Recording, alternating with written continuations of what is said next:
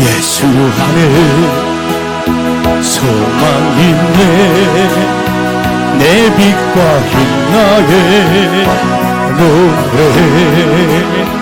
환난 중에 도우시니 주 나의 견고한 반석. 그 신사랑 그 신평화 두려움에서 날 건지네. 내 위로자 내 모든 것 주 사랑 나의 소리와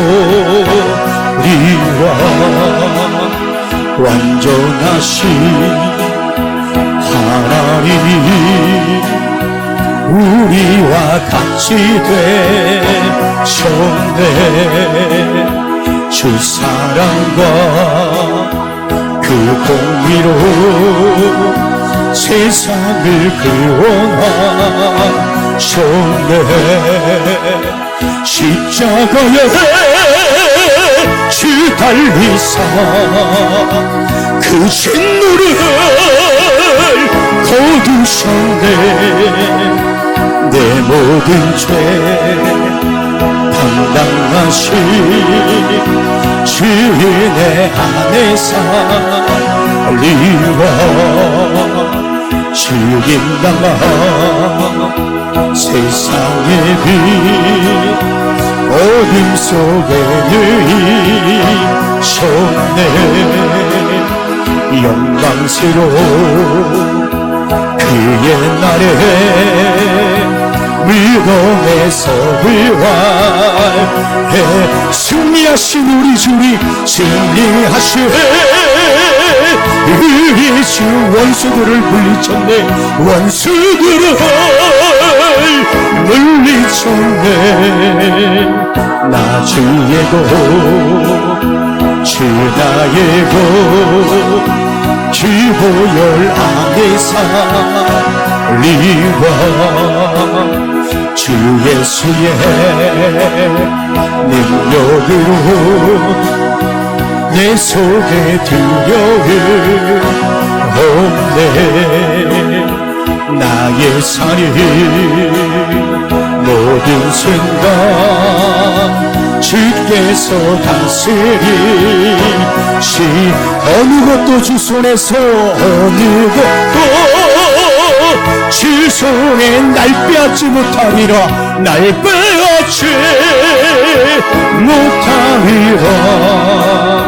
주 오실 날 기다리며 주 능력 안에 살 사절 주 예수의 능력으로 주 예수의 능력으로 내 속에 두려움 없네.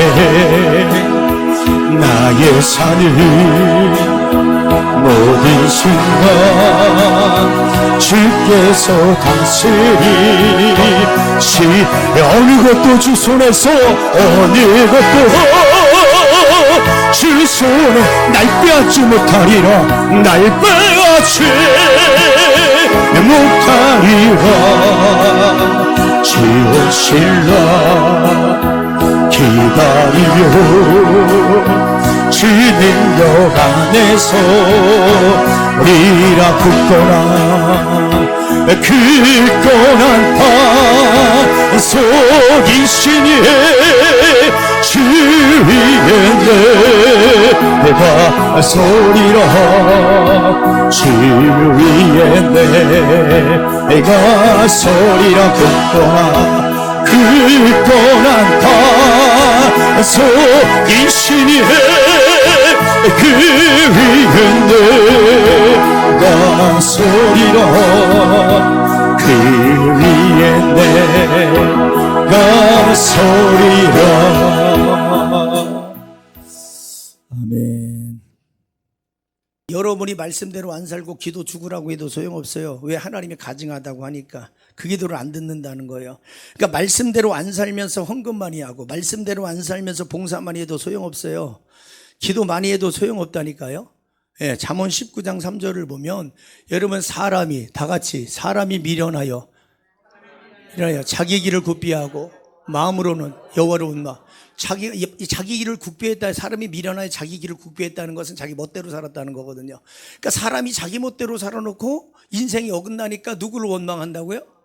하나님을 원망하는 거예요. 왜 예수 믿었는데, 기도를 이렇게 많이 했는데 왜 내가 가난하냐, 왜 이렇게 힘드냐, 우리 가족이 왜 힘드냐, 예를 들어서 인생이 왜 안 풀어지냐, 그렇게 하나님을 원망한다니까 자기가 잘못 살아오는 건 생각 안 하고.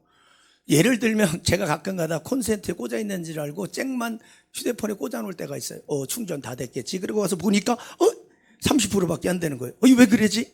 쭉 가서 보니까 콘센트가 뽑아져 있는 거예요.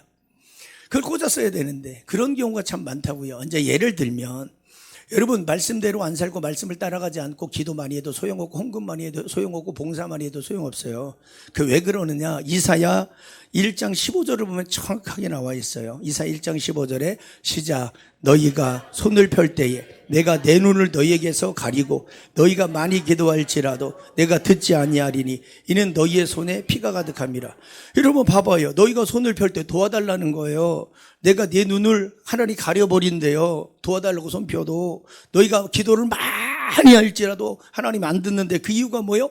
너희 손에 피가 가득하대요. 피가 가득하다는 말씀을 여러분 원어를 찾아보면 말씀대로 안 산다는 거예요. 불의하게 산다는 거예요. 여러분, 예수는 말씀대로 살아야 되잖아요. 말로만 사는 게 아니에요. 말씀을 왜 들어요? 말씀대로 살라고 말씀의 가르침을 받는 거예요. 예배를 왜 드려요? 하나님의 음성을 듣고 그 말씀대로 실천하면서 하나님의 살아계심을 늘 경험하고 하나님이 주는 복을 공급받으면서 살라고 여러분 예배를 드리는 거예요. 그러니까 예수를 우리가 머리에서 가슴으로 내려오는데 통상 30년 걸린대잖아. 이 짧은 거리가 머리로 믿는 하나님을 가슴으로 믿고 이 머리로 믿는 하나님을 손과 발로 믿는 데는 최하 30년 이상 걸릴 정도로 사람이 그렇게 안 바뀐다는 거예요. 빨리 바뀌면 얼마나 좋겠어요. 예를 들어서 여러분, 하나님은 전지전능하신 분이에요. 무소부재하신 분이에요. 그분은 없는 것이 없고 모르는 것이 없고 그분은 불가능한 것이 없다는 거죠. 근데 하나님이 못하시는 게 두 가지가 있다는 거예요. 여러분 아세요? 안 들어봤죠? 성경을 봐야 알지. 하나님은 다 어디든지 계시고 못할 게 없고 모르시는 게 없어요. 그런데 딱 두 가지를 못한다고 그분이 얘기하신 거예요. 하나님이. 히브리서 6장 17절 18절 말씀을 보면 시작. 하나님의 약속을 기업으로 받는 자들의 그 뜻이 변하지 아니함을 충분히 나타내시려고 그 일을 맹세로 보증하셨나니 이는 하나님이 거짓말을 하실 수 없는 이 두 가지 변하지 못할 사실로 말미암아 앞에 있는 소망을 얻으려고 피난처를 찾아 우리에게 큰 안위를 받게 하려 하심이라. 여러분, 하나님이 못하시는 게 두 개가 있는데 그분이 첫 번째가 뭐냐면 그분은 변하지 않는 분이라는 거예요. 변할 수 없는 분, 변치 않는 분, 불변성. 그러니까 히브리서 13장 8절에 하나님은 어제나 오늘이나 영원히 동일하다 그러잖아요. 여기 오늘 본문 17절 하반절에 보니까 변하지 않는 분. 그래서 보증을 했대. 맹세로 그걸 확증했다는 거죠. 그 다음에 18절을 보니까 그분은 거짓말을 못한다는 거죠. 그래서 우리가 오늘 본문 4절 말씀 중에서 아브라함이 하나님의 말씀을 따라간 것처럼 저와 여러분들도 하나님의 말씀을 따라가면서 산다라면 신명기 28장 1절에서 6절과 12절 13절의 말씀이 저와 여러분의 말씀이고 그 말씀 그대로 우리에게 적용을 시켜주고 그 말씀 그대로 우리에게 복을 준다는 얘기예요. 왜? 하나님은 거짓말을 안 하신대잖아. 못하신대잖아. 그래야 안 그래요? 자, 그러면 신명기 28장, 좀 길더라도 너무 중요하기 때문에 이 말씀을 알아야 우리가 이제 말씀대로 살려고 저도 노력을 하죠. 그죠? 자, 1절부터 6절까지 시작. 내가 내 하나님 여호와의 말씀을 삼가 듣고 내가 오늘 내게 명령하는 그의 모든 명령을 지켜 행하면 내 하나님 여호와께서 너를 세계 모든 민족에게 뛰어나게 하실 것이라. 내가 하나님 여호와의 말씀을 청종하면 이 모든 복이 내게 임하며 내게 이르리니 성읍에서도 복을 받고 들에서도 복을 받을 것이며 내 몸의 자녀와 토지의 소산 내 짐승의 새끼와 소와 양의 새끼가 복을 받을 것이며 내 광주리와 내 떡반죽 그릇이 복을 받을 것이며 내가 들어와도 복을 받고 나가도 복을 받을 것이다. 놀랍지 않아요? 아니, 말씀대로 살면 들어도 나보도 복을 받고 손으로 하는 것들마다 다 복을 받고 네 자식도 복을 받고 여러분의 가축도 복을 받고 네가 하는 모든 게 다 복을 받는 데잖아. 뒤집어서 말하면 여러분의 인생에 이 말씀이 지금 나와 상관이 없다면 우리는 예수를 믿어도 이렇게 안 살고 있다는 거예요. 죄송하지만 물론 처음서부터 그런 건 아닙니다. 우리가 살아가면서 만들어지고 연단을 통해 시련을 통해 그릇이 만들어지는 것처럼 우리가 살아가면서 이렇게 점점점 되는 거지. 아유 나도 예수 1년밖에 안 믿었는데 이렇게 생각하지 마시고 통상 그렇다는 거예요. 점점점이니까. 자, 그 다음에 12절부터 14절을 보면 여호와께서 너를 위하여 하늘의 아름다운 보고를 여시사 때를 따라 비를 내리시고 내 손으로 하는 모든 일에 복을 주시리니 내가 많은 민족에게 꾸어질지라도 너는 꾸지 아니할 것이요 여호와께서 너를 머리가 되고 꼬리가 되지 않게 하시며 위에만 있고 아래에 있지 않게 하시리니 오직 너는 내가 오늘 내게 명령하는 내 하나님 여호와의 명령을 듣고 지켜 행하며 내가 오늘 너희에게 명령하는 그 말씀을 떠나 저러나 우러나 치우치지 않고 다른 신을 따라 섬기지 아니하며 이와 같으리라. 여러분 하늘의 보화 창고를 보고라는 게 보화 창고거든요. 하나님이 그걸 열어준대요. 그리고 손으로 하는 모든 소유가 복되고 때를 따라 비를 내려준대요. 놀랍지 않습니까? 우리가 이 말씀을 듣고 왜 하나님은 거짓말을 안 하신대잖아. 못한대잖아. 그분은 본질상 거짓말을 못해. 변함이 없는 분이요. 우리가 이렇게 살면 하나님이 이런 복을 우리에게 주신다는 겁니다. 그러니까 말씀대로 사는 것이 얼마나 중요한지 모릅니다. 여러분 우리가 말씀편이 저와 여러분이 하나님의 말씀편으로 가면 말씀대로 살지 않는다면 반대로 우리 인생이 형통이 아니라 불통이 되고 여러분이 잘 되는 것이 아니라 불통하게 되는 겁니다. 성경을 보면 우리에게 다 거울로 보여줬다 그랬잖아요. 고린도전서 10장 6절과 11절에 말세를 만난 우리들에게 성경은 다 거울로 보여준 거예요. 거울을 봐야 알잖아요. 뭐가 묻었는지. 나는 뭐가 묻었는지 모르는데 상대방이 알잖아요. 근데 거울을 내가 보면 내 얼굴에 내가 뭐가 묻었는지 아는 것처럼 하나님의 말씀을 보다 보면 성경에 기록된 인물들이 있어요. 말씀의 반대편으로 가서 고난을 겪은 사람, 피눈물을 쏟은 사람, 말씀대로 아브라함처럼 따라가서 축복의 조상이 되고 복의 통로자가 되고 믿음의 조상이 되는 사람. 예를 들면 요셉도 말씀대로, 여러분 다윗도 말씀대로, 여러분 다니엘도 말씀대로, 모든 게 하나님의 말씀대로 살아간 사람들은 다 세상의 모든 민족이 뛰어나게 했지만, 존경과 높임받게 했지만, 영향력을 행사하며 살게 했지만, 그러나 말씀의 반대편으로 가는 사람들은 그 말씀의 반대편으로 가는 사람의 인생이 성경에 기록된 대로 저와 여러분들에게도 그대로 적용이 돼서 그런 고통과 눈물 속에 사는 것이고, 말씀을 따라가는 아브라함처럼, 요셉처럼, 다니엘처럼, 다윗처럼, 모세처럼 우리도 그렇게 살아간다라고 하면 여러분의 인생에도 불행이 없는 겁니다. 자, 예를 들어서 요나가, 우리가 첫 번째 한번 들었잖아요. 요나도 마찬가지. 하나님이 너는 니느웨에 가서, 큰 성 니느웨에 가서 그들이 악이 가득하니까 가서 하나님께서 진멸할 거니까 너희들이 하나님의 진노를 거둬갈 수 있도록 회개하라고 시킵니다. 근데 요나가 니느웨로 안 가고 다시스, 반대편으로 가는 거예요. 반대편. 하나님이 하신 말씀대로 가는 것이 아니라 말씀의 반대편, 불순종이라는 거죠. 그러니까 여러분이 다시스로 안 가고 니느웨로 가야 되는데 다시스로 가다 보니까 인생에 풍랑만 당한다 그랬죠. 근데 풍랑이라는 게 한 번에 확 오는 게 아니라 그랬잖아요. 점점 오는 거야. 바람이 여러분 갑자기 막 확 이렇게 오는 거 봤어요? 바람이 살살 불면서 점점 강하게 바람이 불고, 그 다음에는 못 깨달으니까 이제는 파도가 치고 점점 강한 태풍이 오고, 그 다음에 배가 깨지기 직전까지 가는 거예요. 인생이라는 게 그렇죠. 점점점이라고. 그러니까 빨리빨리 깨닫고 돌아오면 점점점 고난의 수렁 속에 안 들어가도 돼요. 하나님은 처음서부터 깊은 고난을 주는 게 아니에요. 자꾸 깨달으라는 거예요. 그래서 우리가 저번 주에 욥기서 33장 19절부터 우리가 29절까지 들었잖아요. 점점 아파. 근데 그 다음에 못 깨달으니까 병원에 입원하니까 그래도 못 깨달아. 그러니까 먹고 맛있는 것도 별미도 못 먹어. 그렇게 못 먹으니까 뼈가 안 보이던 뼈가 보여. 그 다음에 점점점 힘들게 하고, 여러분이요, 그렇게 고통을 점점점 줘요.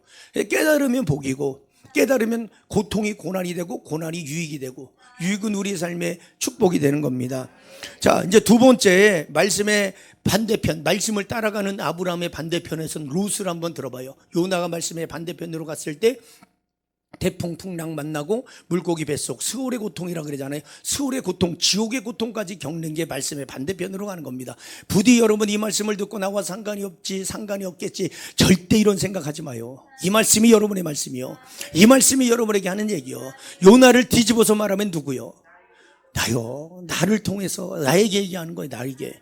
자, 두 번째 이름은 아브라함의 조카 롯입니다. 창세기 13장 9절과 10절을 보면 오늘 본문의 4절은 여러분 아브라함이 말씀을 따라갔죠. 근데 봐봐요. 창세기 13장 9절을 보면 이게 놀라운 거예요. 창세기 13장 9절을 보니까 자, 시작.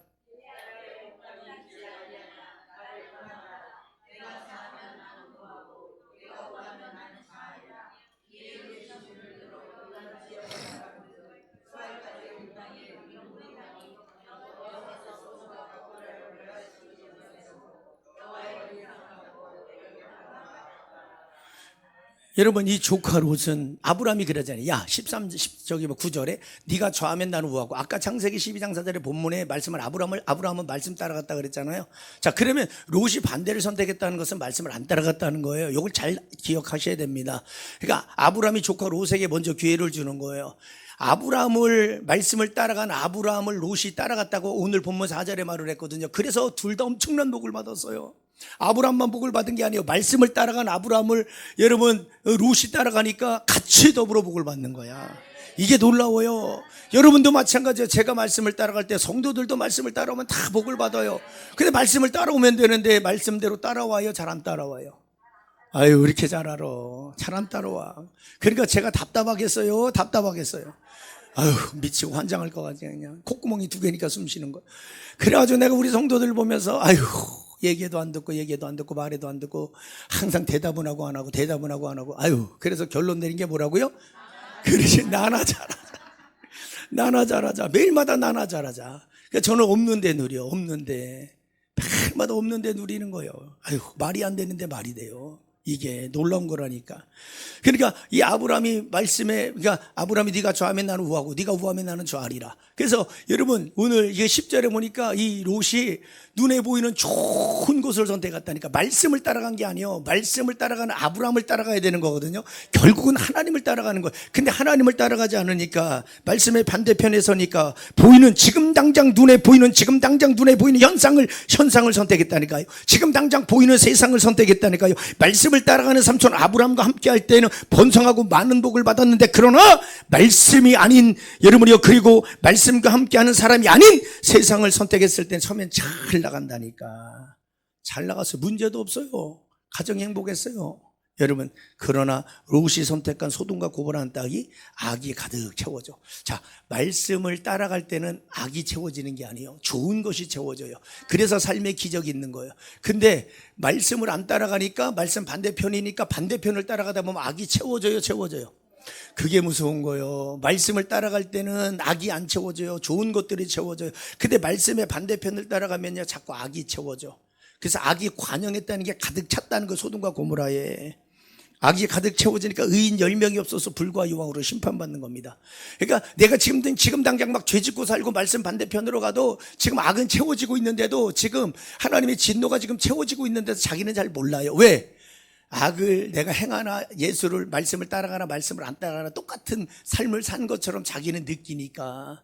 근데 악이 가득 차고 관영하면 의인 10명이 없어 불과 유황으로 심판받는 소돔과 고모란처럼, 여러분 롯이 모든 재산 다 잃었죠. 엄청난 재산 다 잃었죠. 술에 취하고 근친상간했죠. 2딸이. 그 다음에 여러분 생명만 부지하고 사는 자가 됐다니까요. 이 우연히 성경은 기록한 게 아니에요. 우리에게 거울로 보여주려고 정확하게 자세하게 근친상간하는 것까지. 그래서 모압 자손과 암몬 자손이 나중에 끝까지 이스라엘 백성들을 대적하고 힘들게 하는 원수들이 만들어지는 그런 일들이 생겨서 죽을 때까지 나를 힘들게 한다니까요. 그러니까 여러분, 우리가 아브라함처럼 하나님의 말씀을 따르고 하나님의 말씀에 편에 서면 안 겪어도 되는 고통을 안 겪어도 된다니까요. 여러분, 안 잃어버려도 되는 물질을 안 잃어버려도 된다니까요. 여러분, 안 흘려도 되는 눈물을 안 흘려도 된다니까요. 근데 이렇게 제가요, 우리 성도들에게 특히 제가 제일 많이 강조하고 외치고 또 외치고 수도 없이 수십 번도 수백 번도 더 외치는 게 뭐예요? 제발 말씀대로 살아라. 제발 회만 하지 말고 개를 해라. 제발 좀. 제가 얼마나 얘기합니까, 솔직히. 그래서 제가 수정 비유를 항상 하는 거예요. 말씀대로 사는 거, 벌과 나비는 꿀을 먹으러 온 거예요. 꿀이 말씀이요, 벌과 나비는 성도고, 그걸 먹었으면 말씀대로 나가서 사는 게 꽃에다 수정시키는 거거든요. 근데 말씀은 듣고 깨닫고 회는 하는데 가서 수정을 안 시키니까 꽃은 화려해, 껍데기는 화려해, 속은 문드러져. 겉은 멀쩡해, 속은 울고 있고. 그렇게 되는 거예요. 왜? 열매가 안 맺으니까. 그러니까 수학의 공식을 모르면 수학이 안 풀리듯이 요 영적인 세계의 원리과 법칙을 모르면 인생이 안 풀어지는 거예요. 제가 다 해봤다니까. 성경이 사실이라는 걸. 그래서 제가 외치는 거예요. 진실로 외치는 거예요. 이건 이론이 아니다, 지식이 아니다, 이건 실제다 라는 걸 제가 외치는 겁니다. 세 번째는요, 나옴이에요. 룻기서를 보면요, 베들레헴 떡집에, 여러분 베들레헴이 떡집이라는 말이에요. 다시 말하면 하나님의 성전을 말해요. 말씀이 있는 곳. 근데 이 나오미가 말씀이 있는 곳에 살 때는 좋았어요. 저와 여러분들 똑같아. 저와 여러분이 영적으로 나오미예요. 나오미. 나옴이라는 뜻이 뭔지 알아요? 기쁨, 즐거움, 사랑스러움, 은혜로움이라는 뜻이에요. 여러분이 하나님 안에, 말씀 안에, 성전 안에 있을 때는요, 그 이름대로 살아요. 그 기쁨, 즐거움, 여러분 사랑스러움, 은혜로움, 우리는 이렇게 사는 존재예요.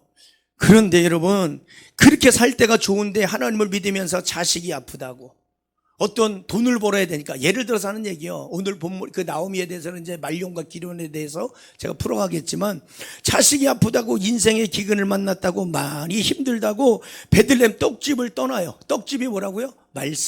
말씀을 떠나요. 하나님의 집을 떠나요. 하나님의 말씀을 안 따라가요. 다시 말하면 말씀의 반대편에 선다는 거예요. 나오미가 베들레헴을 떠난 곳이 어디예요? 모압이에요. 모압. 하나님의 말씀의 편에 선 것이 아니라 말씀의 반대편으로 갔다니까요. 이게 우연히 있는 게 아니라니까요. 여러분, 룻기서 1장 1절에서 6절을 보면 아주 잘 나와 있어요. 제가 이걸 좀 풀어드릴 거예요. 조금 이따 우리가 한번 읽겠지만, 여러분 룻기서 1장 1절에서 6절에 보면 이 떡집을 떠나, 왜? 아들이 아파서. 잘 들어야 돼요, 여러분. 10년 동안은 괜찮아. 하나님을 떠나도 나무가, 제가 조경을 3년 해봤다 그랬잖아요. 나무를 자르면요, 잘라서 쓰러뜨려 놓죠. 이 나무에 수분이 있어요, 있죠. 그러니까 이 수분이 다 날아가기 전까지는 싹도 나요. 그냥 봤을 때는 살아있는 것 같아, 예를 들어서. 근데 여러분, 밑바닥에서 뿌리를 통해 공급이 안 되면 말라 죽어요.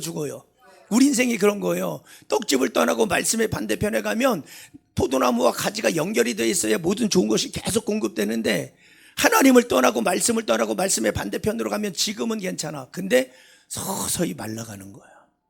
기근이 오기 시작하는 거예요. 어려움이 오기 시작하는 거예요. 그게, 자, 그러니까 10년 동안은 떠났는데도 잘 살아. 자, 근데 나오미가 떠난 이유가 뭐예요? 모압으로 가지 말라 그랬는데 모압으로 가는 이유가 뭐예요? 이 기련과 말론이 있는데, 기련이라는 그 이름의 뜻이 뭐냐면 쇠약함이에요. 말론은요, 병들다, 약하다는 뜻이에요. 다시 말하면 아픈 두 아들 때문에 떠났다는 거예요. 그러니까 신앙은 자식 때문에 떠나고 돈 벌러 떠나고 그러면 좋을 것 같죠. 근데 영적으로 하나님을 떠나면 쇠약해지고 결국 영이 죽어버려요. 나중에 다 죽죠. 자, 우리 1절부터 좀 길더라도 6절까지 한번 봅니다. 시작. 사사들이 치리하던 때에 그 땅에 흉년이 드니라. 유다 베들레헴의 한 사람이 그 아내와 두 아들을 데리고 모압 지방에 가서 거류하였는데, 그 사람의 이름은 아비멜렉이요, 그 아내의 이름은 나오미요, 그의 두 아들의 이름은 말론과 기련이니 유다 베들레헴 므낫세 사람이다. 그들이 모압 지방에 들어가서 거기 살더니 나오미의 남편 엘리멜렉이 죽고 나오미와 그 두 아들이 남았으며, 그들이 모압 여자 중에서 그들이 아내를 맞이하였는데 하나 이름은 오르바요, 하나 이름은 루시더라. 그들이 거기에 거주한 지 10년쯤에 말론과 기련 두 아들이 다 죽고 그 여인이 두 아들과 남편 뒤에 남았더라. 자, 6절이 되게 중요해요. 자, 그 여인이 모압 지방에서 여호와께서 자기 백성을 돌보시사 그들에게 양식을 주셨다함을 듣고 이에 두 며느리와 함께 일어나 모압 지방에 돌아오려 하여, 이렇게 얘기해요. 자, 여러분, 하나님을 떠났을 때 처음에는 괜찮았어요. 온 가족이 다 잘 살았어요. 두 아들이 아팠는데 둘 다 또 결혼을 했네. 근데 이방 여인과 결혼하지 말라는데 말씀 반대편으로 가서 이방 여인과 결혼을 해요. 자, 그런데 살아가면서 남편이 먼저 죽고 그 다음에 두 자식이 결혼했는데 그 다음에 두 아들이 또 죽어. 몇 년 만에? 10년 만에. 그러니까 여러분이 기도를 하고 예를 들어서 눈물을 흘리고 헌신하고 여러분 충성 봉사한 신앙 이런 것들이 채워지면은요, 그것이 시간이 지나면서 불행이 아니라 10년 20년 넘어가면서 엄청난 복들이 계속 우리에게 주어지는 거예요. 열매가 맺고 풍성하게 되고. 근데 봐봐요, 하나님 안에 있을 때는 좋았죠. 왜? 그동안에 심고 눈물을 흘리고 봉사하고 충성하고 헌신한 게 있으니까 하나님 그래도 은혜를 줘요. 떠나도 왜 나무 속에 수분이 있듯이 양분이 있듯이. 그러니까 떠나는데 10년이 지나면서 그게 하나하나 고갈되는 거예요. 이제 우리가 통장에 있는 돈 예를 들어서 필요한 거 야금야금 우리가 꺼내서 쓰듯이, 우리가 필요한 거 하나하나 빼서 쓰듯이. 근데 계속 쓰다 보니까 여러분이 고갈이 되잖아. 예를 들면 우리 인생도 신앙도 똑같다니까요. 이거 누가 여러분 어디서 배운 게 아니라 하나님이 저에게 가르쳐 준 거예요. 적용을 하면서도 하나님이 저에게 삶을 통해서 가르쳐 주신 것이고. 그런데 여러분 10년이 죽고 나서 말씀을 따라갈 때 여러분 그의 이름은 뭐라고요? 나오미라니까요. 나오미. 그의 이름은, 그러니까 나오미가 뭐예요? 기쁨, 즐거움, 사랑스러움, 은혜로움, 이렇게 살았어요. 고통이 없었어. 이런 슬픔이 없었어요. 남편 죽고 두 아들, 이런 슬픔이 없었다니까. 괴로움도 없었다니까. 눈물도 없었다니까요. 근데 그가 이런 걸 모든 걸 다 잃어버리고 나서 이제는 뭐로 생각해요? 옛날을 또 생각하는 거야. 아, 내가 힘들었지만, 내 자식들이 아팠지만 하나님 안에 있을 때 말씀을 따라갔을 때가 좋았구나. 그러니까 이거 다 안 잃어버리고 깨달으면 얼마나 좋겠어요. 남편 안 죽고 깨달으면 얼마나 좋겠어요. 두 아들 여러분이 안 죽고 나면 깨달으면 얼마나 좋겠어요. 고통 눈물 흘리지 않고 깨달으면 얼마나 좋겠어요.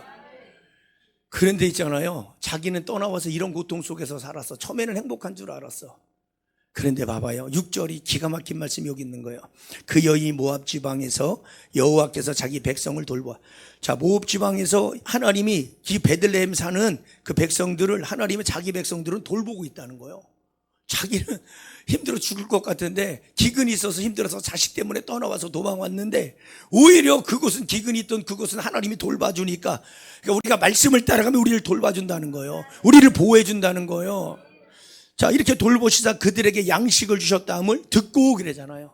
베들레헴은 기근 때문에 떠나온 거예요. 자식이 앞에서 떠나온 거예요. 그렇게 떠나왔는데 결국 자식들은 다 죽고 남편 죽고, 그리고 내가 떠나온 그 말씀에 있는 그 자리를 돌아보 소식을 들어보니까 그 자리에는 기근이 다시 사라지고, 여러분 하나님의 돌보심과 보호하심이 있고 여러분의 양식이 풍족하다는 거죠. 아, 놀랍지 않습니까? 그러니까 여러분 잘 들어야 돼요. 베들레헴, 하나님의 말씀 있는 자리로 돌아오고 말씀을 따라가서 이제 이 나오미가 다시 돌아오잖아요. 잘 들어야 돼요. 나오미가 말씀을 떠나니까, 나오미가 뭐라고요? 기쁨, 즐거움, 사랑스러움, 은혜로움. 이분이 떠나니까, 떠나서 돌아올 때는 뭐로 돌아와요? 마라. 뭐로 돌아와요? 마라로 돌아와. 쓴 인생, 고통스러운 인생, 안 겪어도 되는 그 눈물 흘리는 인생으로 돌아와. 근데 돌아와서 마라로 여러분 살다가 돌아왔는데 다시 뭐가 돼요? 그렇지, 다시 나오미가 되는 거예요. 이게 비밀이요. 이게 우리가 살다 보면 잘못 살 때도 있어요. 범죄할 때도 있어요. 어긋난 길로 갈 수도 있어요. 사람이니까. 여러분이 완벽합니까? 우리는 완벽한 존재들이 아닙니다. 누구나 다 여러분이 그런 걸 겪고, 산전수전 그런 거를 고난 속에서 죄 때문에 잘못된 길로 가서 그 수많은 걸 다 겪고, 그런데 하나님은 그걸 합력해서 선을 이루고 다 복으로 바꿔주고, 그러면서 깨달으면서 멋진 하나님의 작품이 되고 반석 위에 세워진 인물로 만들고 내면을 단단하게 만들어요. 그런 놀라운 역사가 저와 여러분에게 항상 펼쳐질 수 있도록 우리는 돌아와야 돼요. 사랑하는 여러분, 네 번째 탕자까지만 해볼게요. 한번. 여러분, 탕자요, 네 번째는 누가복음 15장에 나와요. 탕자가 자기 분깃을 받고 아버지를 떠나. 그 아버지가 영적으로 성전이요, 그게 말씀이요. 말씀을 떠나요. 말씀 안에 있지 않고 말씀을 따라가지 않아요. 말씀 편에 서지 않고 세상으로 나가. 여러분, 마치 요한복음 15장 5절에 포도나무 가지가 포도나무를 떠난 것처럼, 여러분이 단절된 것처럼 단절이 되는 삶을 살아요. 그러니까 항상 계속 반복적으로 드리는 여러분들에게 이 핵심을 알아야 돼요. 핵심을. 하나님께 붙어있고 말씀에 붙어있고 말씀을 따라 살고, 여러분 그 말씀이 예수니까 예수를 따라가고, 양들은 목자를 따라가면 여러분의 인생에 실패가 없고 슬픔이 없고 고통이 없고 눈물이 없어요. 예, 진짜입니다. 근데 자꾸 양은 자기 특성상 각기 제 길로 간다 그러잖아요. 이사야 53장에 보면 자기가 원하는 길로 가. 듣기는 듣는데, 그러니까 안 겪어도 되는 걸 자꾸 겪는 걸 여러 번 말씀드리는 거예요. 봐봐요. 이 탕자가 처음에는 아버지 분깃을 받아가지고 재산 나눠주세요. 그 수십억의 재산을 가지고 가서 여러분 이제 자기가 원하는 대로 삽니다. 말씀의 반대편으로 갑니다. 말씀을 따라가지 않습니다. 하나님을 떠납니다. 그러니까 처음에는 자유예요. 아이, 돈 있으니 얼마나 좋아. 이것도 쓰고 저것도 쓰고 이것도 사고 저것도 사고, 술도 날마다 먹어도 뭐라 그러는 사람 없고, 이 여자 저 여자 끼고 살아도 아무도 말하는 사람이 없어요. 왜? 내 돈 주고 내가 원하는 대로 사니까. 근데 여러분 좋을 것 같죠? 시간이 지나면서 문제가 터져요. 반드시 터집니다. 위기가 와요. 그건 여러분을 사랑해서 터지는 거고 사랑해서 위기가 오는 겁니다. 여러분 안 겪어도 되는 걸 겪게 만들어요. 모든 걸 다 탕진해. 누가복음 15장 17절부터 여러분 한번 잠깐 봐봐요. 자, 누가복음 15장 11절부터 17절. 자, 시작. 또 이르시되 어떤 사람에게 두 아들이 있는데 그 둘째가 아버지에게 말하되 아버지여 재산 중에서 내게 돌아올 품깃을 내게 주소서 하는지라. 아버지가 그 살림을 각각 나눠주었더니 그 며칠이 안 되어 둘째 아들이 재물을 다 모아가지고 먼 나라에 가서 허랑방탕하여 그 재산을 낭비하더니 다 없앤 후 그 나라에 크게 흉년이 들어 비로소 궁핍한지라. 가서 그 나라 백성 중 한 사람에게 붙여 사니 그가 그를 보고 취기하였는데 그가 돼지 먹는 쥐업 열매로 배를 채우고자 하되 주는 자가 없는지라. 이에 스스로 돌이켜 이르되 내 아버지에게는 양식이 풍족한 품꾼이 얼마나 많은가. 나는 여기서 줄여 죽는구나. 자, 봐봐요. 탕자가 처음에는 괜찮아. 모든 걸 다 느려. 근데 시간이 지나면서 어려움이 겪기 시작해요. 안 겪거든 걸 겪어요. 모든 걸 탕진하고 나서 첫 번째 기근이 와. 이게 놀라운 거예요. 뭐든지 양이 채워지면 그때부터 기근이 와. 범죄, 여러분 우리가 하나님 앞에 행한 악들이 채워지면 이제 기근이 오기 시작해요. 기근이 온 다음에 그 다음에 어떤 일이 일어나요? 천한 일을 해. 자기가 한 번도 해보지 못했던 그런 일들을 하게 돼. 밑바닥 인생을 살아요. 그리고 어떻게까지 더 밑바닥으로 추락되느냐. 돼지가 먹는 쥐업 열매. 쥐업 열매가 이렇게 3뼘 정도 되는 큰 콩 같은데 그 냄새가 나는 열매예요. 냄새가. 쥐업 열매가 먹는, 여러분이요, 돼지가 먹는 쥐업 열매조차도 먹을 게 없어 굶주려.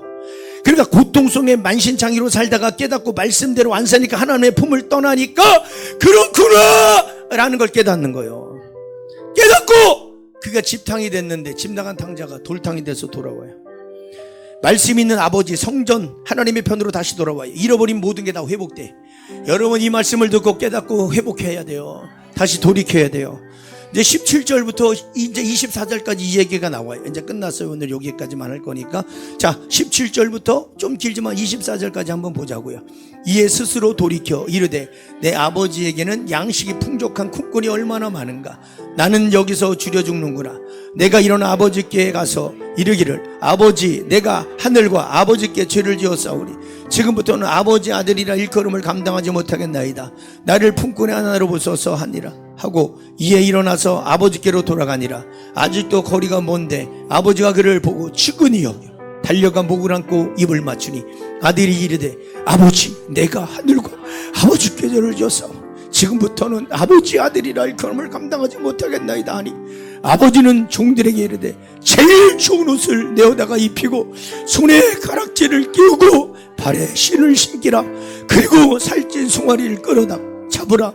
우리가 먹고 즐기자. 이는 내 아들은 죽었다가 다시 살아났으며 내가 잃었다가 다시 얻었노라 하니 그들이 즐거워하더라. 여러분 24절 하반절에 뭐예요? 말씀을 따라가지 않으면 우린 죽은 자예요. 하나님을 잃어버린 자예요. 천국 갈 수 없는 자들이에요. 근데 하나님 안에 돌아오면 여러분 다 회복됩니다. 모든 게 우연이 아니에요. 말씀을 따라가지 않을 때, 여러분 말씀을 따라 살지 않을 때, 말씀에 서지 않을 때는 완전히 극과 극이잖아요. 저와 여러분의 인생이 이런 겁니다. 근데 이론으로는 이제 알아. 이제 들었으니까 또 깨달아. 그래서 돌아가서 삶의 환경이 똑같고 집도 똑같고 TV도 똑같고 밥상도 똑같고 만나는 사람도 똑같고 직장도 똑같고 가는 곳도 똑같고 그러니까 더 안 바뀌는 거예요. 그래서 오늘 본문에 잘 들어야 돼요. 창세기 12장 1절 한번 딱 띄워주면 이게 내일 다음 주도 이어서 하지만 이게 굉장히 중요해요. 자 1절만 봐봐요. 시작.